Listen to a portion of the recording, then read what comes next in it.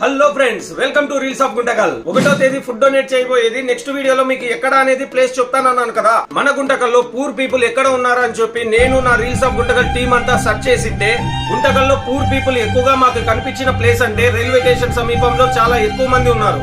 కాబట్టి మనం ఈసారి రైల్వే స్టేషన్ సరౌండింగ్ లోనే ఫుడ్ డొనేట్ చేయబోతున్నాం అంటేనే నాకైతే చాలా మంది సపోర్ట్ చేస్తున్నారు. అందులో ముఖ్యమైన వ్యక్తి అమర్ రఘు బ్రో.